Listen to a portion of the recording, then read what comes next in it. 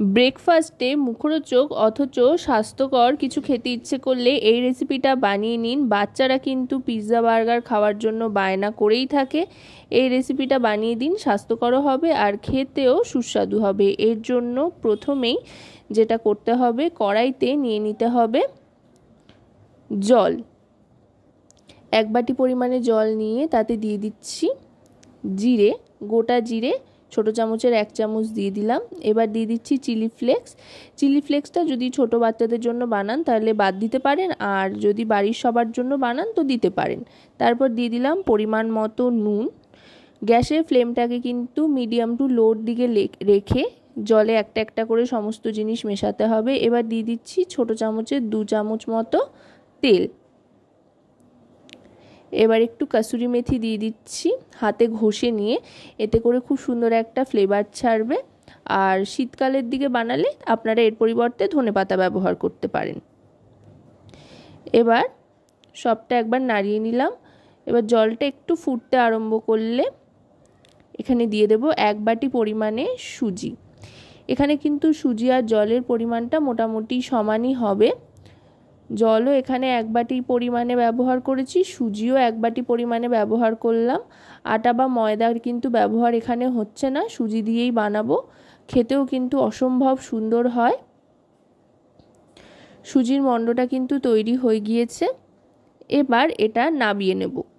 সুজির মণ্ডটা নাবিয়ে নিয়ে একটু ঢাকনা চাপা দিয়ে রাখছি। এতে করে গরম অবস্থাতে এর মধ্যে একটা আর্দ্রতা চলে আসবে, যেটা মাখতে অনেকটা সুবিধা হবে। আর এদিকে কড়াইতে খুব সামান্য তেল নিয়ে একটু নুন দিয়ে নিলাম। নুন দিয়ে তারপরে আদা দিয়ে দিচ্ছি। আদা দেওয়ার আগে নুনটা দিয়ে নিলাম যাতে আদাটা দিলে তেলটা না ছিটকোয়, সেই জন্য। এখানে একেবারেই কিন্তু আমি পরিমাণ মতো নুন দিয়ে দিচ্ছি, আর পরে নুনের ব্যবহার করব না। এবার খানিকটা ক্রাশ করা চিনেবাদাম দিয়ে দিচ্ছি। এটা কিন্তু আজকে আমি সম্পূর্ণ নিরামিষভাবে বানাচ্ছি, সুজি আর আলু দিয়ে। আপনারা চাইলে পেঁয়াজ রসুনের ব্যবহার করতে পারেন। আমি নিরামিষভাবে বানাচ্ছি যাতে আপনারা যে কোনো দিন যে কোনো সময় বানাতে পারেন। এবার খানিকটা কারি পাতা কুচি আর দিয়ে দিলাম হলুদ গুঁড়ো। কারি পাতার গন্ধটা কিন্তু খুব সুন্দর লাগে। এবার দিয়ে দিচ্ছি গোলমরিচ।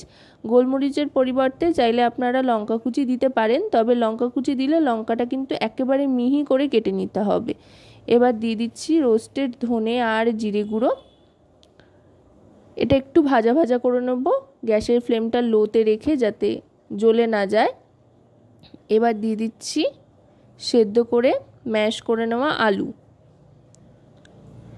আলুটা দিয়ে এবার ভালো করে এই মশলার সাথে মাখিয়ে নেব। গ্যাসের ফ্লেমটা মিডিয়াম টু লোতে রেখেই কিন্তু গোটা কাজটা করতে হবে।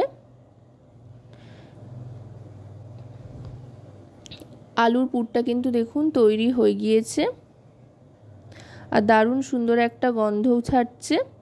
আলুর পুরটা তৈরি হয়ে যাওয়ার পর এটাও নাবিয়ে নেব। গ্যাসের ফ্লেমটা অফ করে দিয়েছি। এবার আলুর পুরটা নাবিয়ে নিয়ে যেই সুজির মণ্ডটা তৈরি করেছিলাম সেটার দিকে চলে যাব। এবার এটা ভালো করে মেখে নিতে হবে। যেহেতু খানিকক্ষণ ঢাকনা চাপা দিয়ে রেখেছিলাম, ফলে যে ধোঁয়াটা বাষ্প হয়ে আর চলে যায়নি, এর মধ্যেই থেকে গিয়েছে, ফলত একটা আর্দ্রতা এসছে। তাই মাখতে দেখুন অনেকটাই সুবিধা হলো। খুব সুন্দর একটা ডো তৈরি হয়ে গিয়েছে। এবার এখান থেকে বড় বড় লেচি কেটে নেব। যতটা বড় লেচি আপনার বেলতে সুবিধা হয় ঠিক ততটাই বড় লেচি কিন্তু কেটে নেবেন। এখানে লেচির ওরকম আলাদা করে কিন্তু কোনো পরিমাপের ব্যাপার নেই, ছোট বা বড়। আমি এখানে মোটামুটি 4টে মতো লেচি আপাতত কেটে নিচ্ছি। তারপরে বেলবার সময় সুবিধা অনুযায়ী কম বেশি করে নেব। লেচিগুলো কিন্তু কেটে নিয়েছি। কেটে নিয়ে এবার এগুলো বেলতে আরম্ভ করব। আমি এখানে বেলন চাকিতে বেলনটা নিয়েছি, চাকির পরিবর্তে একটা বড় গোল থালা উল্টে নিয়েছি, এতে করে বেলতে সুবিধা হবে।